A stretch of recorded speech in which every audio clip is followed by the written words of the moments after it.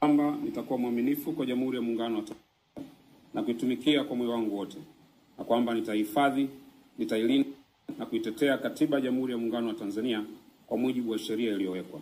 Ewe Mwenyezi Mungu nisaidie.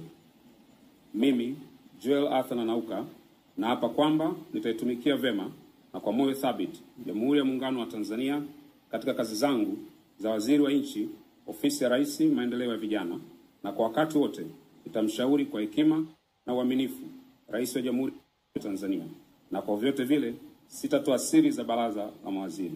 Ewe Mwenyezi Mungu nisaidie.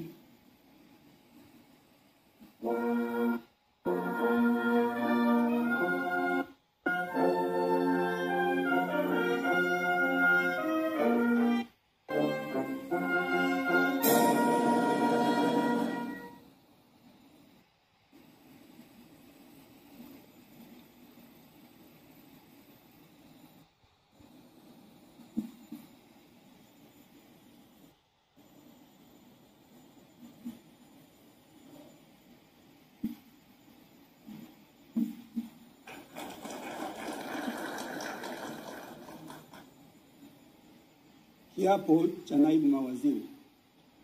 Switbert Zakaria Mkama.